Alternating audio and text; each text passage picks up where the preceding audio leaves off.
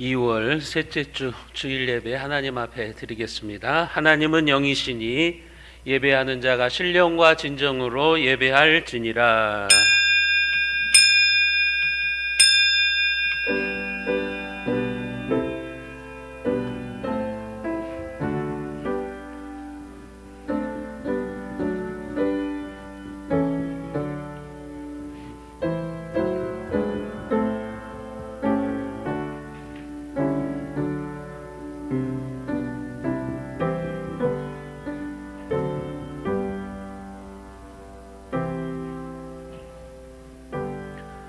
너희가 어찌하여 양식이 아닌 것을 위하여 은을 달아주며 배부르게 하지 못할 것을 위하여 수고하느냐. 내게 듣고 들을지어다. 그리하면 너희가 좋은 것을 먹을 것이며 너희 자신들이 기름진 것으로 즐거움을 얻으리라. 주의 사랑하는 백성들에게 늘 좋은 것을, 기름진 것을 주시기를 원하시는 하나님 아버지, 오늘 또 우리를 불러주시는 사랑의 음성에 따라 이 전으로 나왔사오니 풍성한 꼴이 있는 영혼의 푸른 풀밭에 눕게 하시고 은혜의 강수가 흐르는 쉴만한 물가에 이르게 하여 주옵소서.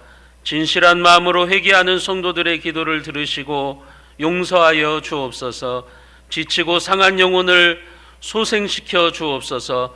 성령의 충만한 은혜를 부어주셔서 우리 인생의 빈잔을 넘치도록 채워주시는 하나님을 만나게 하여 주옵소서. 우리 주 예수 그리스도의 이름으로 기원하옵나이다. 아멘.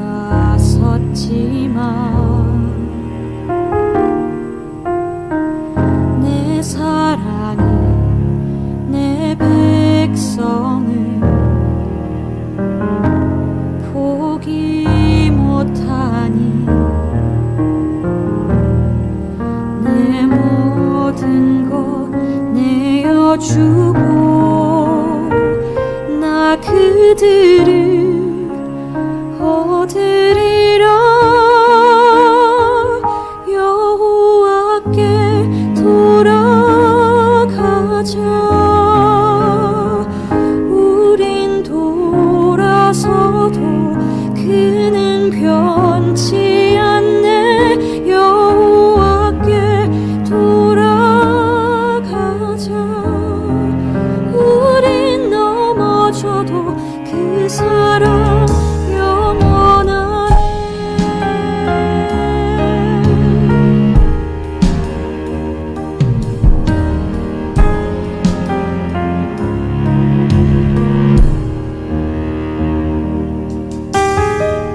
내 백성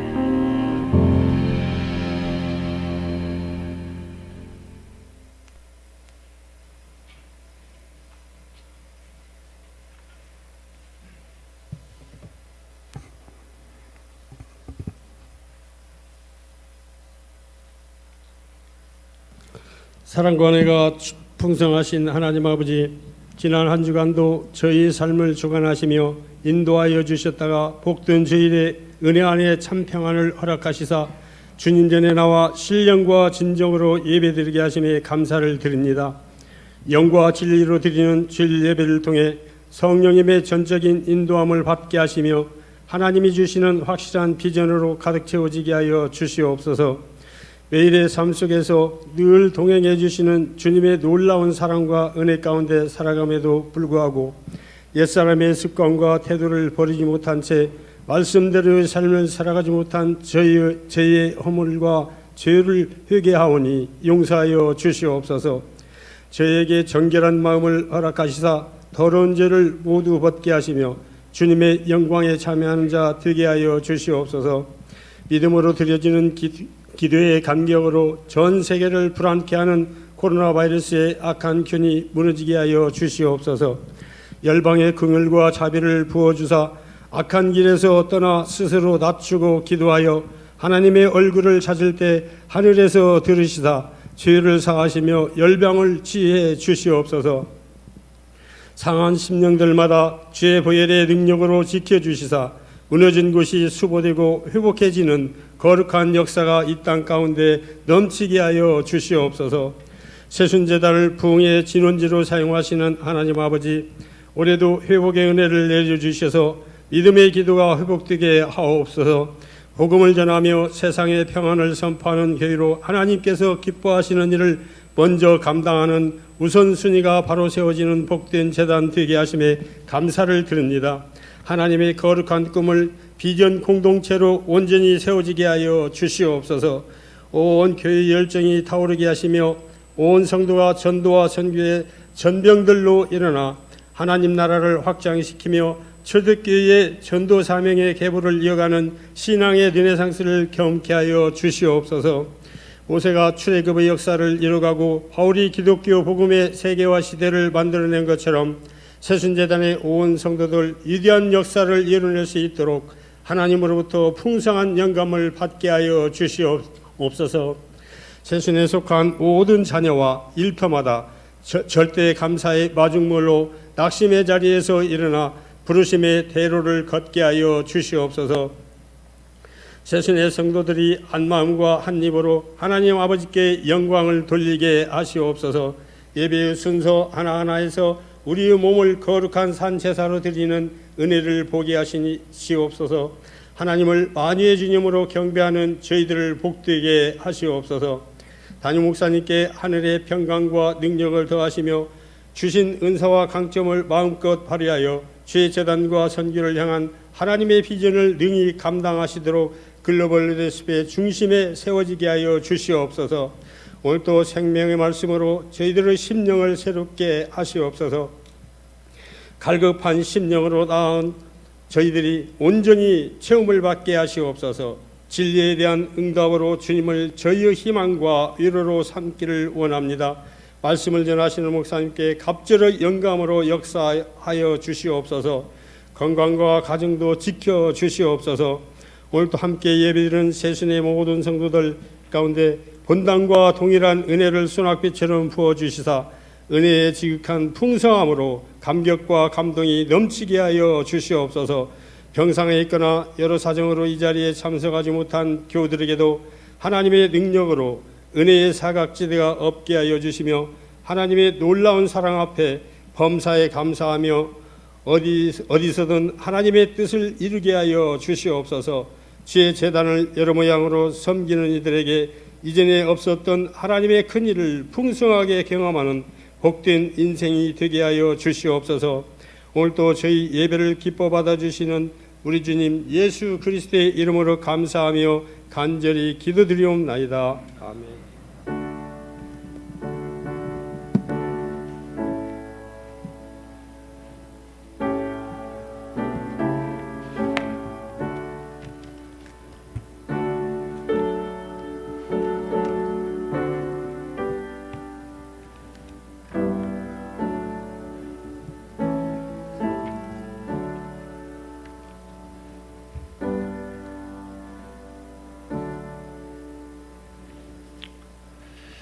정성껏 준비한 예물을 하나님 앞에 봉헌합니다.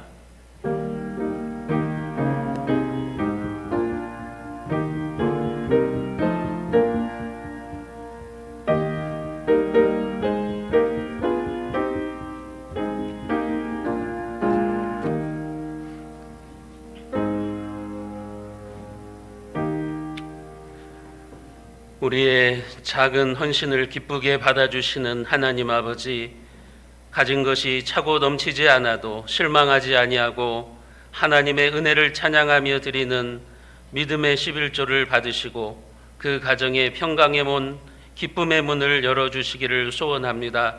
주정예물과 감사예물, 생일예물을 받으시고 향기로운 믿음의 예물을 통해서 날마다 주님의 손길로 긍급하시는 은혜를 감사하게 하여 주옵소서. 선교 구제 장학 전도헌금 교회 사랑헌금으로 드립니다. 복음의 능력으로 하나님의 나라가 확장되게 하시고 이 예물이 사용되는 곳마다 하나님 나라의 거목들이 세워지게 하시고 선교지에서는 구원의 열매들이 아름답게 맺히게 하여 주옵소서. 금년 한 해도 주님의 교회를 위해서 헌신하는 모든 성도들을 기억하시고 충성하는 자들의 가정과 기업에 넘치는 평안의 열매가 맺혀지게 하여 주옵소서. 우리 주 예수 그리스도의 이름으로 간절히 축복하며 기도드리옵나이다. 아멘. 교회 소식입니다. 사회적 거리두기가 완화되었지만 교회는 계속해서 30% 내에서 앉아서 예배를 드릴 수가 있습니다. 완전한 예배가 회복될 때까지 불편하시더라도 방역 원칙을 철저히 준수하시면서 예배에 참여하시기를 바랍니다. 방역 원칙을 잘 지키면서 예배 드리는 것이 이제 교회가 안전한 길입니다. 방역 원칙을 안 지키고 이제 확진자가 나오면 이제 문제가 되지만 방역 원칙을 잘 지킨 가운데서 확진자가 나오면 교회가 안전합니다. 그래서 저도 이제 교회를 이제 점검하러 오는 공무원들 만나면 제가 직접 공지를 하고 또 부목사님들에게도 확인서를 받으라 그래요. 다른 교회는 안 하지만 우리 교회는 확인서를 받아요. 이게 무슨 확인서냐? 당신이 우리 교회에 와서 방역 원칙을 잘 지키는 것을 봤다. 그러니까 확인하라고 사인을 받습니다. 확인서를 반드시 받습니다. 왜냐하면 그래야 나중에 혹시 확진자가 예배를 드리더라도 교회를 폐쇄시킬 수가 없어요. 이것을 안 해놓으면 지금 그런 형태들이 지금 나오고 있죠.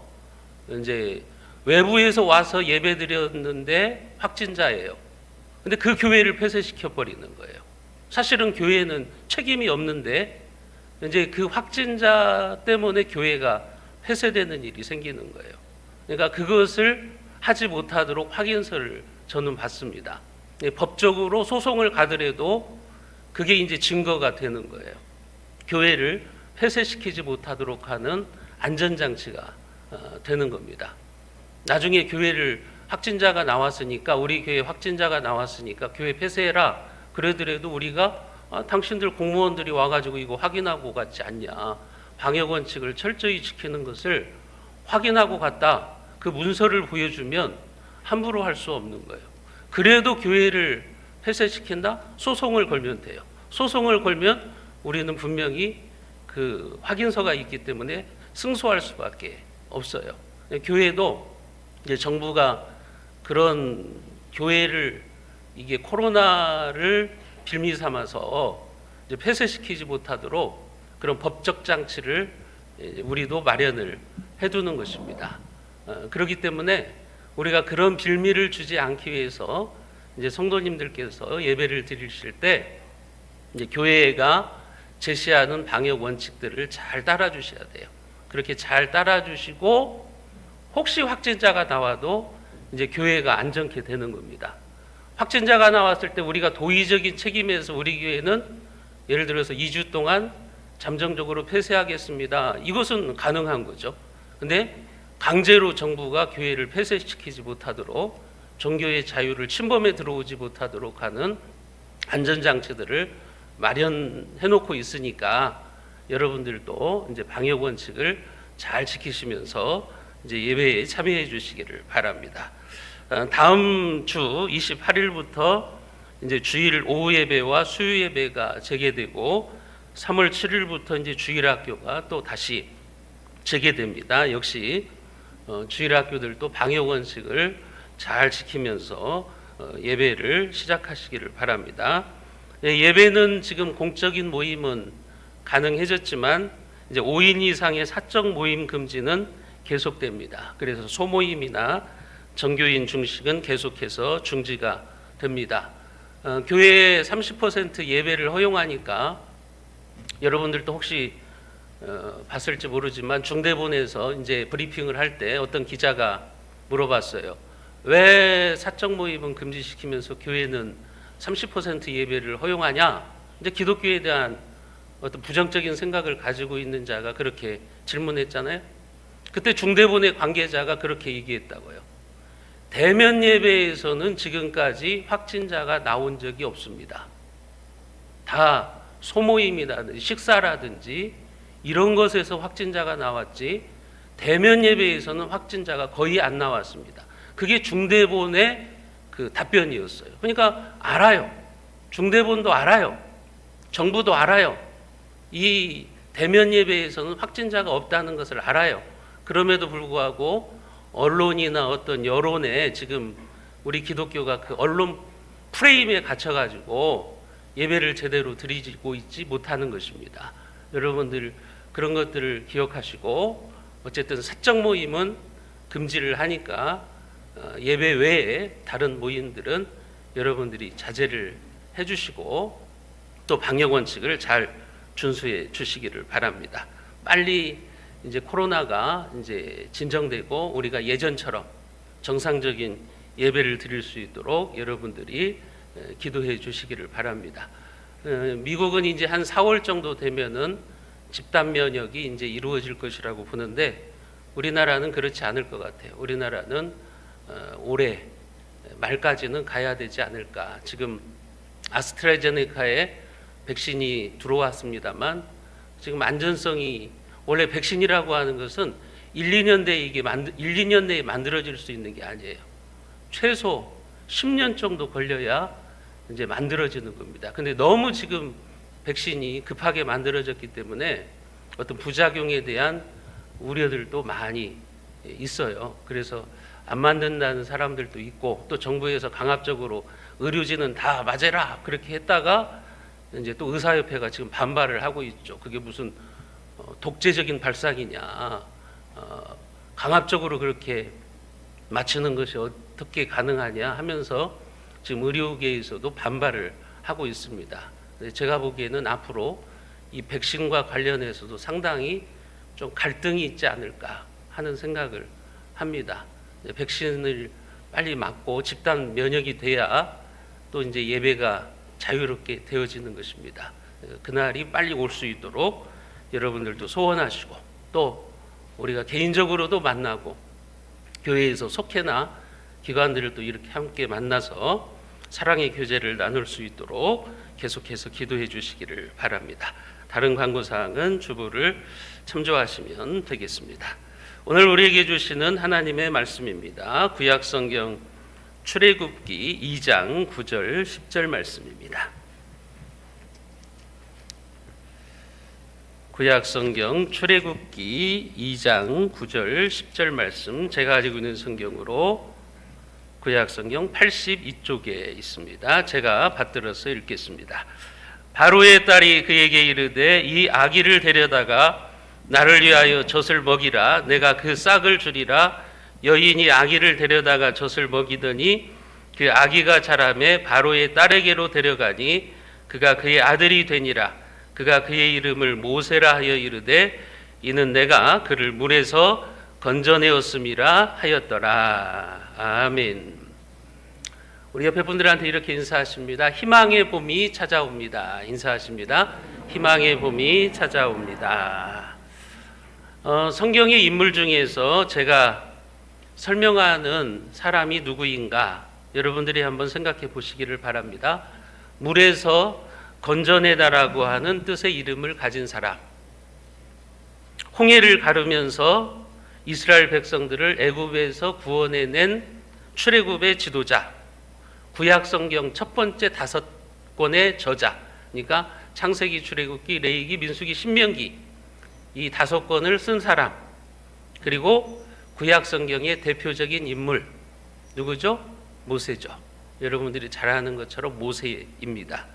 그런데 모세를 그렇게 위대한 신앙의 인물로 만들고 양육한 사람이 누구냐? 그의 어머니 요게벳입니다. 요게벳은 성경에서 예수님의 어머니인 마리아, 그리고 사무엘 선지자의 어머니인 한나와 더불어서 3대 현모입니다. 그러니까 자식들을 믿음의 영웅으로 만들었던, 믿음의 사람으로 양육했던 이제 3명의 현모 중에 한 사람이라고 보시면 돼요. 요게벳이라고 하는 이름의 뜻은 여호와는 영광이시다, 그런 뜻을 가지고 있습니다. 그러니까 요게벳은 하나님의 영광을 위한 삶을 살았던 여인이었다고 하는 것을 우리가 알 수가 있습니다. 요게벳의 이름은 구약 성경에 딱 2번 등장합니다. 그런데 성경은 그녀를 믿음의 영웅이라고 칭찬을 하고 있어요. 성경에 나오는 요게벳에 대한 첫 번째 구절이 민수기 26장 59절에 나오는데, 거기에 보면 이렇게 요게벳에 대해서 이야기를 합니다. 아므람의 처의 이름은 요게벳이니 레위의 딸이요 애굽에서 레위에게서 난 자라. 그가 아브람에게 가서 아론과 모세와 그의 누이 미리암을 낳았다. 이 구절에 보면 요게벳은 레위 지파 출신입니다. 레위 지파 딸 이렇게 나와 있죠. 레위 지파 출신인데 이 요게벳이 아므람이라고 하는 사람과 결혼을 해가지고 이제 3 자녀를 낳았어요. 그게 이제 성경에 나오는 아론, 대제사장 아론, 그리고 미리암이라고 하는 누이, 그리고 모세, 이렇게 자녀를 낳았습니다. 오늘 본문 출애굽기 2장에서는 이제 이 요게벳에 대해서 어떻게 이야기를 하고 있냐면, 출애굽기 2장 1절과 2절에 보시면 레위 가족 중 한 사람이 가서 레위 여자에게 장가들어 그 여자가 임신하여 아들을 낳으니 그가 잘생긴 것을 보고 3달 동안 그를 숨겼으나, 여기 보면 이제 레위 여자 이렇게 등장을 합니다. 이 레위 여자가 시집을 가서 아들을 낳았어요. 이 아들이 누구냐? 모세죠. 모세를 낳았는데 3달 동안 이제 그 아기를 숨겨서 키워야 됐다. 왜 아기를 숨겨서 키워야 됐느냐 하면, 모세가 출생할 때는 또 요게벳도 마찬가지예요. 요게벳이 태어나고 모세가 태어날 때 이스라엘은 애굽이라고 하는 나라에서 민족이 종살이를 하고 있었습니다. 그곳에 가서 막 여러분 피라미드 같은 거 보면 위대한 건축물들이 많죠. 이집트에. 이제 그런 노동들을 다 이제 포로로 잡혀간 종들이 한 거예요. 요게벳도 마찬가지고 모세도 마찬가지고, 그렇게 유대인들, 히브리인들이 이제 애굽에서 종살이를 할 때 이제 모세가 태어나게 되는 겁니다. 그런데 이스라엘 사람들의 숫자가 너무 많이 늘어나니까 이 이집트의 애굽의 바로 왕이 긴장을 하는 거예요. 왜냐하면 만일 다른 나라가 자기 나라를 침략해 들어올 때 이 숫자가 많은 이스라엘 민족이 애굽에 등을 돌려가지고 적군의 편에 서면 이게 상당히 위험하다. 국가의 안보에 위험하겠구나. 이런 생각을 하게 된 거예요. 그래서 이 이스라엘 민족들이 번성하는 것을 원치 않았기 때문에 이것을 막아야겠다 해가지고 이제 애굽의 바로 왕이 어떤 조치를 취하냐면, 산파들에게 명령을 내려서, 지금은 이제 산부인과에서 아기를 낳지만 예전에는 산파들이 받았잖아요. 산파들에게 명령을 내려서 이스라엘의 여인들이 아기를 낳을 때 여자면 살려두고 남자는 죽여라, 이런 명령을 내리는 거예요. 그런데 여러분, 산파들이 그 일을 하지를 않아요. 우리가 몇 주 전에도 살펴봤지만 시프라와 부하라고 하는 산파는 이제 아기들을 살려줍니다. 그래서 하나님께서 이제 그들의 가정을 세워주시고 흥황케 하시는 복을 내려주셨죠. 이제 그 계획이 수포로 돌아간 겁니다. 그러니까 그 다음에 애굽 왕이 어떤 조치를 취하냐면 이스라엘 사람에게서 태어나는 신생아들, 남자아이들은 무조건 나일강에 던져서 죽여라. 죽이지 않으면 엄벌을 내릴 것이다 라고 하는 칙령을 내리게 됩니다. 이런 살벌한 상황 속에서 이제 앞으로 이스라엘 민족의 구원자가 되는 모세가 태어나게 되는 거예요. 요게벳이 이제 모세를 출생하게 되는 겁니다. 그러나 모세의 어머니인 요게벳은 차마 아들을 죽일 수가 없어서 조금 전에 봤던 말씀에 보면 너무 잘생기고 이 태어난 아기를 보니까 너무 준수해서 차마 죽일 수가 없어서 석 달 동안 이제 몰래 키우게 됩니다. 하지만 그 사실이 발각되게 되면 모세만 위험할 뿐만 아니라 이제 아론이나 또 미리암이나 또 그의 가족 전체가 다 몰살을 당하게 되죠. 그래서 이제 어쩔 수 없이 이제 요게벳은 그 가족들을 살릴 방안을 이제 강구하게 돼요. 어떻게 하면 모세도 살리고 가족들도 안전할 수 있을까? 그 방안을 강구하다가 이제 갈대 상자를 하나 만들어서 물이 새지 않도록 역청과 나무진을 바르고, 그러니까 송진이죠. 그 갈대 상자에 물이 들어오지 못하도록 오늘 우리식으로 말하면 뭐 콜타르 그리고 이제 송진을 발라가지고 이제 그 아기를 포대기에 돌돌 말아가지고 갈대 상자에 담는 것입니다. 그리고 나일강으로 띄어 보내야겠다. 이 아이의 운명이 어떻게 될지는 모르겠지만 이제 자기가 할 수 있는 최선의 방법을 사용을 하는 거죠. 이제 앞으로 이 아이가 어떻게 될지는 모르겠지만, 갈대 상자에 담겨 있는 이 아이의 운명이 어떻게 될지는 모르겠지만 하나님의 손에 맡긴다. 이 아이를 하나님의 손에 맡겨야겠다 하고 그렇게 이제 갈대 상자에 아기를 담아서 나일강에 띄어보내게 됩니다. 여러분, 그때 요게벳의 마음이 어땠을까요? 그 아기를 띄어보내기 위해서 갈대 상자에 물이 새지 않도록 송진을 바르고 역청을 바를 때 아마 엄마로서 그 손이 떨렸을 거예요. 그리고 그 아기를 갈대 상자에 담고서 눈을 쳐다보니까 아기는 뭐가 뭔지도 모르고 그냥 엄마를 보면서 생긋생긋 웃고 있어요. 그 아기의 눈을 쳐다볼 때 엄마의 마음은 어땠을까요? 아마 숨조차 쉬지 못할 정도로 마음이 찢어지는 아픔을 느꼈을 것입니다.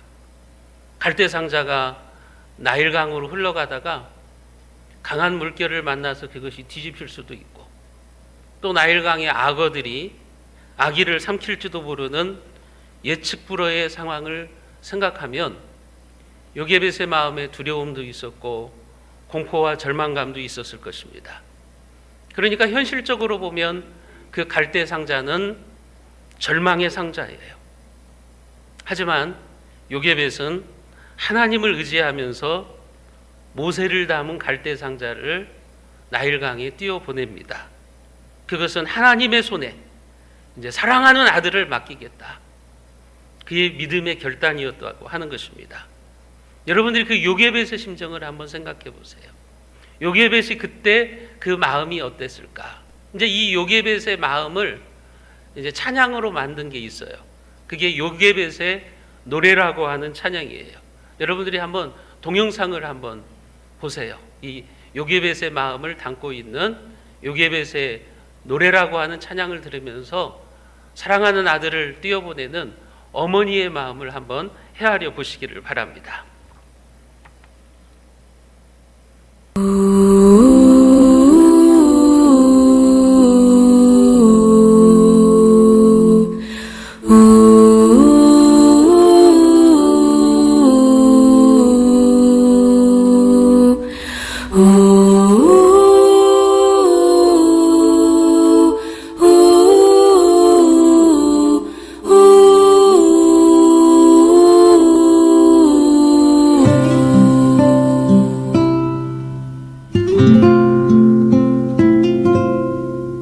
작은 갈대 상자 물이 새지 않도록 역청과 나무진을 칠하네.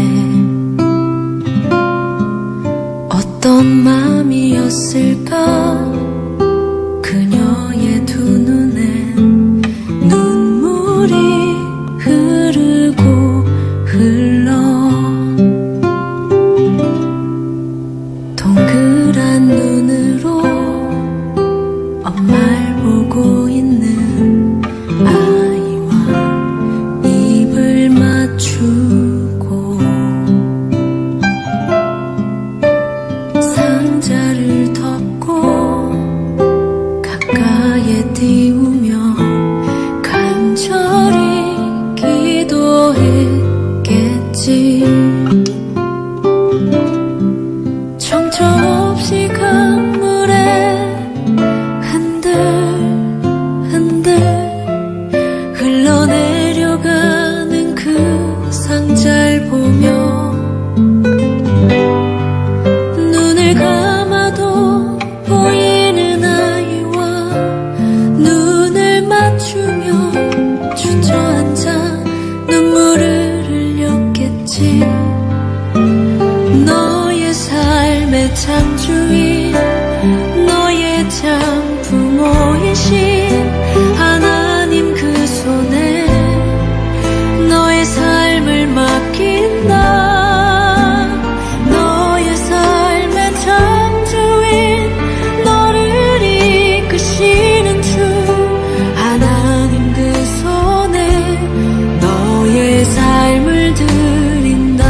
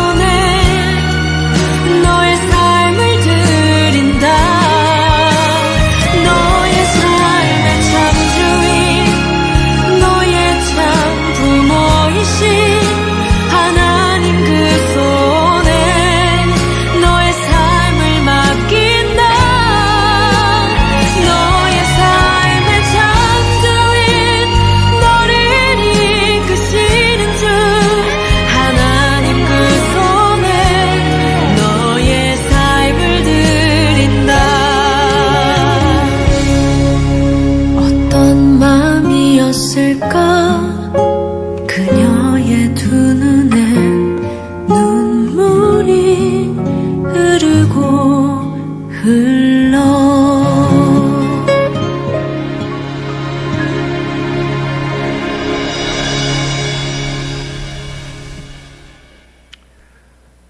이 찬양에 보면 이런 구절이 나오죠.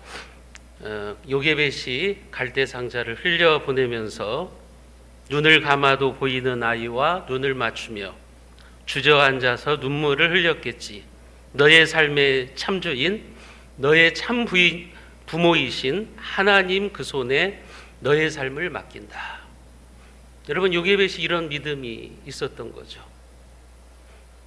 너의 참 부모는 하나님이시다. 너의 인생의 참된 주인은 하나님이시다. 그래서 나는 너를 갈대 상자에 담아서 보낸다. 너의 운명이 어떻게 될지는 모르겠지만 하나님이 너의 삶을 선하게 이끌어 주실 줄로 믿는다. 그렇게 노래를 한 거예요. 어떤 분은 이 찬양을 듣고 이렇게 말을 했어요. 엄마가 되니까 아이를 어떻게 키워야 하나 하는 고민이 되는데 이 찬양을 들으면서 답을 찾았습니다. 또 강에 떠 있는 갈대 상자 같은 이 세상에 나를 보내신 하나님 아버지의 마음을 알고 많이 울었습니다. 이렇게 글을 적어 놓으셨더라고요. 여러분, 요게벳도 그랬던 거예요. 더 이상 자기의 힘으로는 어떻게 할 수가 없어요. 자기의 능력으로는 어떻게 할 수 없어요. 그래서 이제 그 아들을 하나님의 손에 맡기는 거죠. 그게 바로 갈대 상자에 모세를 담아서 나일강에 띄워보내는 믿음의 행위였다고 성경은 이야기를 하고 있는 것입니다. 여러분, 요게벳은 그 아기를 띄워보내면서, 요게벳도 인간이잖아요.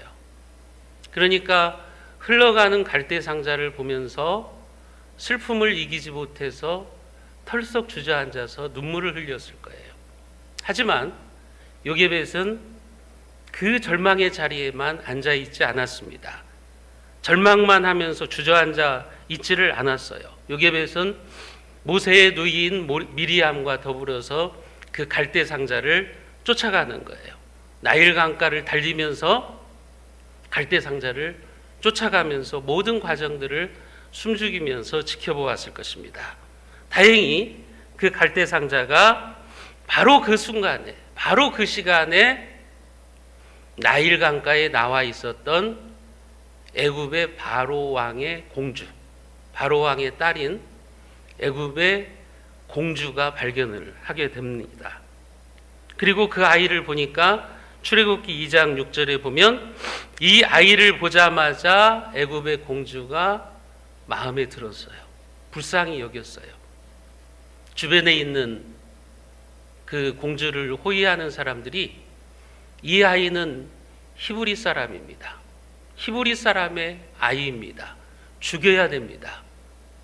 그렇게 말을 하는데도 이 애굽의 공주의 마음에 모세가 오늘 우리식으로 말하면 꽂혀버린 거예요. 이 아기를 보자마자 마음에 담아두게 된 겁니다. 그래서 어떻게 하냐면 이 모세를 자기의 아들로 이제 입양을 하게 되는 겁니다. 놀라운 일이죠. 있을 수 없는 일이 벌어진 거예요. 이게 하나님의 역사가 아니면 일어날 수가 없는 일입니다. 왜냐하면 이 애굽의 공주가 모세를 자기 아들로 입양을 한다는 것은 그것은 자기 아버지 바로 왕을 배신하는 행위입니다. 그럼에도 불구하고 이 모세를 처음 본 애굽의 공주는 그런 결단을 하게 되는 겁니다. 모세에게 마음을 빼앗겼고 더욱더 놀라운 일은 이제 그 갈대 상자를 쫓아갔던 이제 요게벳과 미리암이 이제 그 근처에 있었는데 이제 요게벳을 이 바로 왕의 공주가 유모로 삼아 가지고 젖을 먹이게 했다고 하는 것이죠. 오늘 출애굽기 2장 9절과 10절 말씀을 우리가 같이 한번 읽어보겠습니다. 같이 봅니다. 바로의 딸이 그에게 이르되 이 아기를 데려다가 나를 위하여 젖을 먹이라. 내가 그 싹을 주리라. 여인이 아기를 데려다가 젖을 먹이더니 그 아기가 자라매 바로의 딸에게로 데려가니 그가 그의 아들이 되니라. 그가 그의 이름을 모세라 하여 이르되 이는 내가 그를 물에서 건져내었음이라 하였더라. 아멘. 이 바로왕의 공주가 어떻게 하냐면 요게벳을 모세의 유모로 이제 삼습니다. 그리고 비싼 양육비까지 주었다 그랬죠. 내가 그 싹을 주리라. 그러니 이 아이를 데려다가 네가 조금 키워줘라. 지금 이렇게 부탁을 하고 있는 겁니다. 여러분 놀라운 일이죠. 죽여야 되는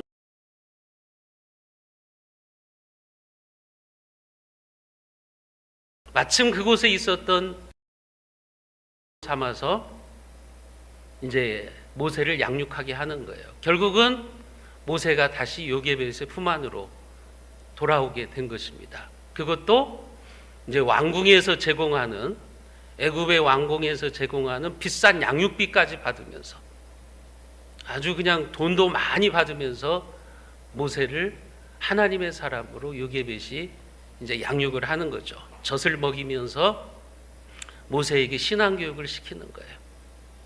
너는 하나님의 사람이다. 너는 하나님의 말씀으로 살아가야 되는 존재다.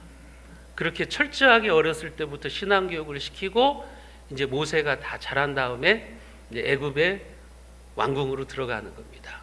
여러분들 이집트의 왕자라고 하는 영화 같은 거 보셨을 거예요. 거기에 보면 이런 스토리들이 전개가 됩니다. 그러니까 모세는 히브리인이면서도 이제 애굽의 왕자로서 이제 살아가면서 이제 어머니로부터는 이제 하나님을 경외하는 신앙 교육을 받고, 그다음에 애굽의 왕궁에서는 이제 세상에 뛰어난 리더십과 교육과 그 누구도 받을 수 없는 이제 양육 프로그램을 받는 거예요.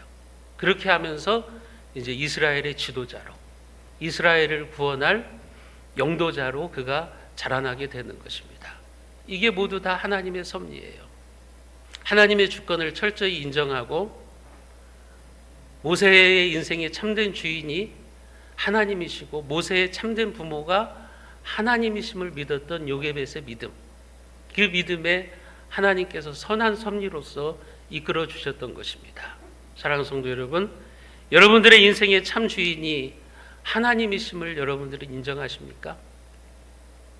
여러분들이 키우고 있는 자녀들의 참 부모가 하나님이심을 여러분들이 인정하십니까? 하나님이 그 아이들의 참 부모예요? 아니면 내가 부모라고 생각하는 거예요? 하나님의 뜻대로 키우려고 해요? 아니면 내 마음대로 내 뜻대로 키우려고 하고 있습니까? 여러분, 예측할 수 없는 인생의 강물 앞에 우리는 요게벳과 같은 믿음을 가져야 됩니다. 여러분들이 여러분들의 자녀들의 참된 부모가 아닙니다. 여러분들의 인생의 주인이 여러분 자신이 아닙니다. 그래서 우리의 자녀들을 갈대상자에 담아서 여러분 하나님의 손에 맡겨야 됩니다. 그러면 하나님의 놀라운 섭리와 예비하심을 경험하게 될 줄로 믿으시기를 바랍니다. 요게벳의 그 믿음을 성경은 칭찬하고 있어요. 히브리서 11장 23절에 보면 믿음으로 모세가 낳았을 때 그 부모가 아름다운 아이임을 보고 석 달 동안 숨겨 왕의 명령을 무서워하지 아니하였다.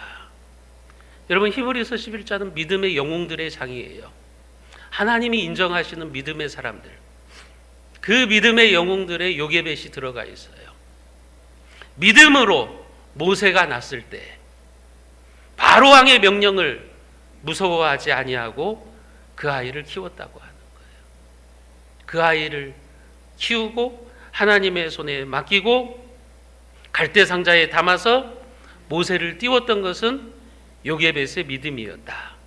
그래서 성경은 이 요게벳을 믿음의 여인, 믿음의 전당에 그 여인을 기록해 놓고 있는 것입니다. 요게벳이 어떤 칭찬을 받고 있는 겁니까? 하나님의 주권을 철저히 인정한 거죠. 자기 마음대로 자식을 키우려고 하는 게 아니라 하나님의 뜻대로 키우겠다. 내 자식은 내가 주인이 아니다. 내 자녀들의 참된 주인은, 참된 부모는 하나님이시다. 그래서 하나님의 손에 맡기는 겁니다. 그게 바로 믿음이라고 하는 거예요. 또한 요게벳은 모세의 유모가 되어서 모세를 키우면서 어렸을 때부터 신앙교육을 철저히 시키는 겁니다. 여러분, 어렸을 때 신앙교육이 중요해요. 여러분, 중국도 종교의 자유를 인정해요. 공산주의 국가들도 종교의 자유를 인정해요. 그런데 단서가 있어요. 18세 넘어서 종교의 자유를 인정해요. 18세 전에는 종교의 자유가 없어요. 왜냐하면 어렸을 때 공산주의를 가르치는 거예요. 공산주의를 가르치면 그 아이들이 성인이 되어서도 사상을 잘 바꾸지 않아요. 여러분, 예를 들면 대학교 다닐 때 뭐 주사파의 그 학습을 하고 세뇌당한 사람이 50세, 60세가 되었다고 전향하기 쉬울까요? 쉽지 않아요. 바꾸기 쉽지 않아요. 그래서 어렸을 때부터 신앙교육을 시켜야 되는 게 중요한 거예요. 여러분들의 자녀들을 하나님의 손에 맡기고 믿음으로 양육해야 되는 게 그게 중요한 거예요. 우리가 어렸을 때부터 우리 주일학교 아이들을 말씀으로 양육하는 것이 중요한 이유가 거기에 있는 거예요. 요게벳은 하나님의 선한 섭리로 다시 아들을 품에 안고서 어렸을 때부터 신앙교육을 시키는 겁니다. 말씀으로 양육하는 거예요. 그래서 나중에 모세가 장성해서 홍해를 가르면서 이스라엘 백성들을 구원해내고 또 이스라엘 백성들을 약속의 땅까지 인도하는 그런 놀라운 구원의 역사, 하나님의 도구로 쓰임받을 수가 있었던 것입니다. 히브리서 11장 24절에 보면 이런 말씀이 있어요. 믿음으로 모세는 성장하여 바로의 공주의 아들이라 칭함을 거절하고 도리어 하나님의 백성과 함께 고난받기를 잠시 죄악의 낙을 누리는 것보다 더 좋아했다. 나중에 모세가 장성해가지고요, 이제 애굽에서의 그 화려한 삶을 버리고 이집트의 왕자로서의 삶을 포기하고 그가 이스라엘을 구원하는 구원자가 되잖아요. 근데 지금 히브리서는 뭐라고 말하냐면 믿음으로 모세는 장성하여 그랬다는 거예요. 모세가 믿음으로 장성했기 때문에 요게벳이 그를 믿음으로 키웠기 때문에 그는 애굽의 왕자라고 칭함을 거절하고 하나님의 백성들과 함께 고난받기를 좋아했다. 하나님을 위한 사명의 삶을 살아갔다. 그렇게 이야기를 하고 있는 겁니다. 그래서 성경은 요게벳도 믿음의 전당에 올려놓고 있는 것이고 모세도 믿음의 영웅으로 우리들에게 제시해 주시고 있는 겁니다. 여러분, 오늘 우리도 인생을 살아가면서 예측할 수 없는 인생의 거친 물살을 만날 것입니다. 여러분들의 자녀들도 마찬가지예요. 여러분들의 자녀들도 앞으로 인생의 항해를 하면서 무섭고 감당하기 힘든 파도를 만나게 될 거예요. 여러분, 그때 우리는 무능력해요. 그리고 우리가 할 수 있는 일은 제한적이에요. 그럴 때 우리가 해야 되는 일은 무엇입니까? 요게벳과 같이 행동하는 거예요. 우리의 불안과 두려움과 근심을 갈대상자에 담는 겁니다.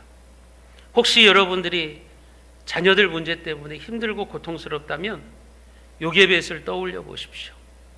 이 요게벳의 노래 가사처럼 내 자녀들의 참부모이신 하나님의 손에 그들을 맡기고 하나님께서 그들의 삶을 이끌어 가시도록 여러분들은 기도하셔야 되는 거예요. 그게 부모들이 해야 되는 일인 거예요. 기도는 하지 않고 내 마음대로 키우겠다고, 내 뜻대로 키우겠다고 하면 여러분들도 안 되고 내 자식들도 안 돼요. 그러나 내 자식들의 참된 부모이신 하나님의 손에 내 자식들을 맡기고 하나님의 주권을 철저히 인정하면 하나님께서 내 자식도 잘 되게 하시는 것이고 나도 잘 되게 하시는 거예요. 하나님은 그런 믿음의 사람들의 모습을 보시면서 하나님의 복을 내려주시는 거죠. 여러분, 요게벳이 모세를 띄어서 보냈던 갈대 상자, 이 갈대 상자의 히브리어의 원어의 뜻이 뭐냐면 테바라고 하는 말이에요. 테바. 이 테바라고 하는 단어의 뜻이 뭐냐면 상자, 궤, 이런 뜻을 가지고 있어요. 그런데 이 테바라고 하는 단어는 노아 홍수 때에 노아의 방주에 붙여졌던 이름이에요.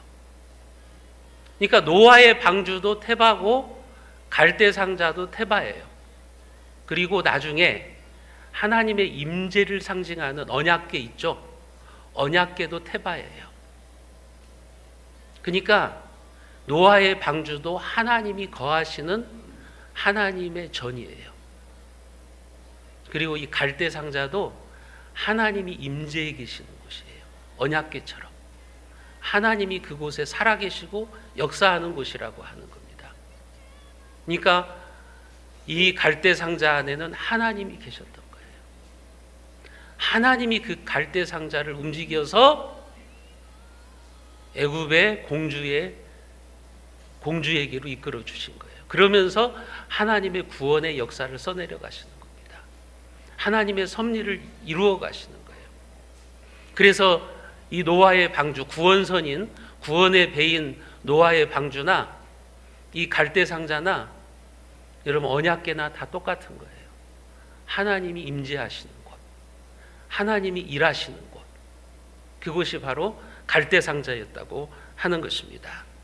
여러분, 이 방주와 갈대 상자의 공통점이 있어요. 그것은 뭐냐면 모두 스스로 움직이는 동력이 없다는 거예요. 여러분, 노아의 방주가, 여러분 성경을 읽어보시면 노아의 방주에는 노도 없어요. 돛도 없어요. 엔진도 없어요. 노아의 방주는 우리가 생각하는 그런 배가 아니에요. 상자와 같아요. 괴짝과 같은 거예요. 큰 괴짝이라고 생각하시면 돼요. 거기에는 운전대가 없습니다. 돛도 없어요. 갈대 상자도 마찬가지예요. 여기에 뭐 동력이 있는 게 아니에요.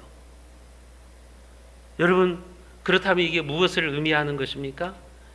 이 노아의 방주나 갈대 상자는 전적으로 하나님의 손에 의존해 있는 겁니다. 하나님이 운전하셔야 되는 거예요. 노아의 방주도 그 배도 하나님이 주인이십니다. 하나님이 운전하시는 거예요. 이 갈대 상자도 마찬가지예요. 하나님이 운전하셔야 돼요. 하나님이 이끄는 대로 흘러가는 겁니다. 철저히 하나님의 뜻과 하나님의 섭리대로 운행되어지는 것이 노아의 방주이고 갈대 상자인 겁니다. 요게벳은 자기의 능력으로 살릴 수 없고 자기의 능력으로 어떻게 할 수 없는 아기를 갈대 상자에 넣어 보내면서 하나님께서 선하게 모세의 앞길을 인도해 주시기를 간절히 기도했던 것입니다. 그리고 하나님은 그 요게벳의 믿음대로 갈대 상자를 하나님의 구원의 역사를 이루시기 위해서 이제 애굽의 궁으로 인도하셨고, 그 애굽의 궁전에서 모세가 이제 이집트 왕자로 자라나게 하시고, 그가 요게벳을 통해서 신앙 교육을 받게 하셔서 나중에 위대한 하나님의 사람으로, 출애굽의 지도자로 하나님의 사람들을 안식의 땅, 젖과 꿀이 흐르는 가나안 땅으로 이끌어가는 그런 믿음의 사람으로 이제 이루어 가시는 것입니다. 그게 하나님의 놀라운 역사인 것입니다. 사랑하는 성도 여러분, 우리 인생도 마찬가지입니다. 우리 인생도 갈대 상자 안에 있는 것과 같습니다. 여러분들의 자녀들도 갈대 상자 안에 있습니다. 그 안에서 우리가 해야 되는 일이 뭐예요? 우리는 아무것도 할 것이 없어요. 하나님을 신뢰하고 하나님만이 내 인생의 참된 주인이심을 인정하는 것입니다. 우리가 우리의 자녀들을 갈대 상자에 담아서 나일강에 내보내면서 우리가 할 수 있는 것은 아무것도 없어요. 그냥 내 자녀들의 참된 부모는 하나님이심을 인정하고 우리가 믿음으로 기도하는 것입니다. 우리가 해야 되는 일은 하나님께 내 인생의 핸들을 맡기고 내 자녀들을 하나님의 손에 맡기고 우리는 하나님의 말씀에 순종하면서 살아가는 거예요. 그러면 그 다음은 하나님의 몫입니다. 그 다음은 하나님이 하시는 거예요. 요게벳이 갈대상자에 모세를 담아서 나일강에 보냈지만 여러분 하나님이 그 다음부터 이제 역사하기 시작하시는 거예요. 하나님이 일하시기 시작하시는 것입니다. 여러분들도 그런 삶을 살아가시기를 바랍니다. 우리가 어떻게 할 수 없을 때, 우리의 능력으로 할 수 없을 때, 그 모든 여러분들의 불안과 염려와 근심을 갈대상자에 담아서 여러분 띄워보내십시오.